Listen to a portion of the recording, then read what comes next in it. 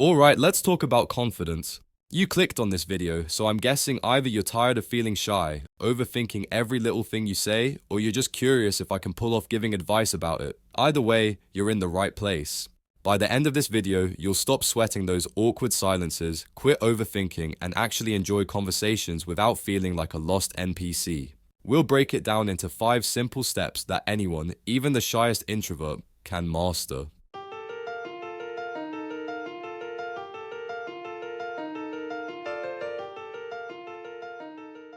Before we dive into the how, let's first talk about the why. Why do you even want to be confident? Like, duh, who wouldn't?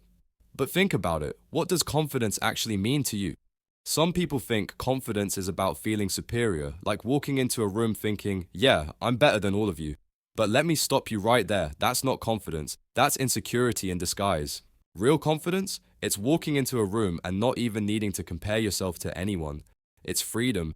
You're not trapped in that exhausting cycle of, am I better than this guy? Or, does that person like me? Or, do I look cool enough right now?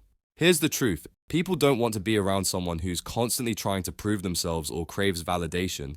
But when you're authentic, when you're just you, it's magnetic. You attract people because you're in your own frame, not bending over backward to fit theirs.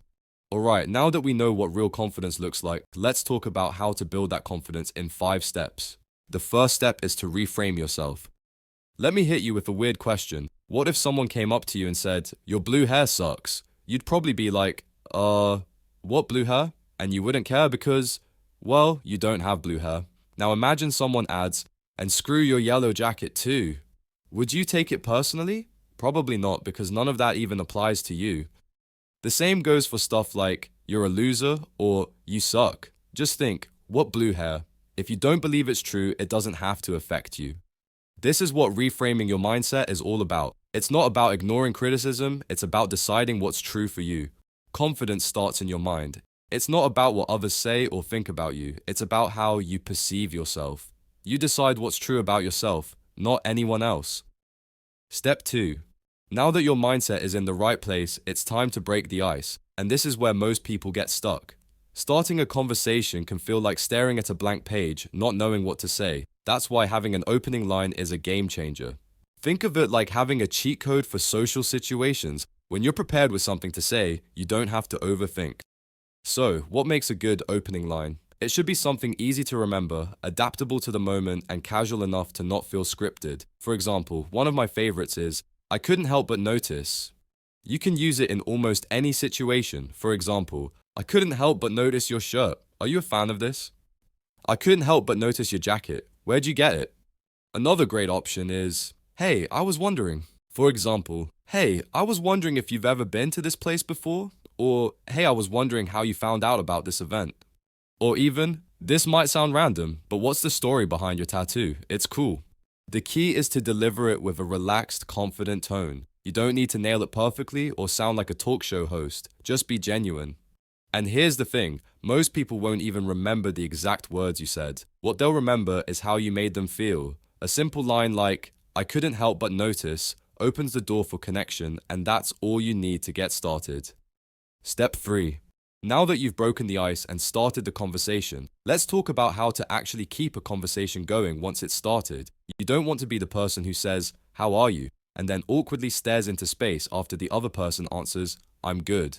This is where the ping-pong method comes in. The idea is simple. A great conversation is like a game of ping-pong. One person serves the ball, the other hits it back, and you keep the rally going. The moment one side stops responding, the game ends. So, how do you apply this in real life? First, let's break it down.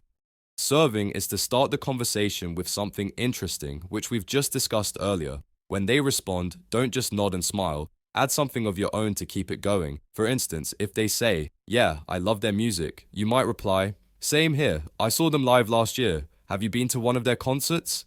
Next, keep the rally alive by sharing something personal or asking a follow-up question. The goal is to build on what they said while adding your own input. What you want to avoid is, I love that band. Cool. Step 4. Let's be real. Awkward silences happen. You're in the middle of a conversation and suddenly, both of you run out of things to say. It's like the Wi-Fi buffering during a video. You're stuck, waiting for the next thing to load. But here's the good news, you don't have to panic. A quick revival question can get the ball rolling again, or you can bow out with a smooth and polite goodbye. If the conversation feels like it's fading, revival questions can help you steer it back on track. These are casual, open-ended questions designed to reignite the flow. So for example, how do you guys all know each other? Or, so what got you interested in this? The trick is to tailor your question to the context of the conversation. If you've been talking about music, ask about their favorite bands. If it's a casual chat, something light like travel or hobbies works wonders. Pay attention to their tone and enthusiasm. They'll usually guide you to the best angle for continuing the conversation. Keep the tone curious and relaxed, like you genuinely want to know, not like you're filling the silence for the sake of it. Revival questions aren't just about avoiding awkwardness, they're about opening doors to deeper, more meaningful exchanges. Sometimes the best way to handle a moment of silence is to simply say goodbye. After an interesting conversation is over, there's often a natural pause, a point where both of you have shared what you wanted and the energy starts to settle. Instead of forcing the chat to continue, this is the perfect moment to gracefully end things and say goodbye. Ending things at the right moment is the perfect way to leave a positive impression. Think of it like a cliffhanger in a TV series. Instead of dragging the conversation on like a TV show, stretching filler episodes, think of it as ending at the perfect cliffhanger, leaving both of you wanting more. Remember, ending a conversation isn't a failure, it's just part of normal socializing, and doing it with confidence shows you're in control. Step 5. Alright, so we've been talking about confidence for a while now, and you're ready to give it a try. But keep it in mind, you've got to actually do it. Confidence isn't some magic trick you pull off after watching a few motivational videos or hyping yourself up in the mirror for one night. It's something you build step by step with every little win. But what counts as a win? Well, it's not about walking onto a stage and delivering a TED Talk or suddenly getting girls in a party. A win is anything that pushes you out of your comfort zone, no matter how small. Saying hi to a stranger? Win. Starting a random chat with your Uber driver? Yes. Testing out a new opening line? Yep, that's a win too.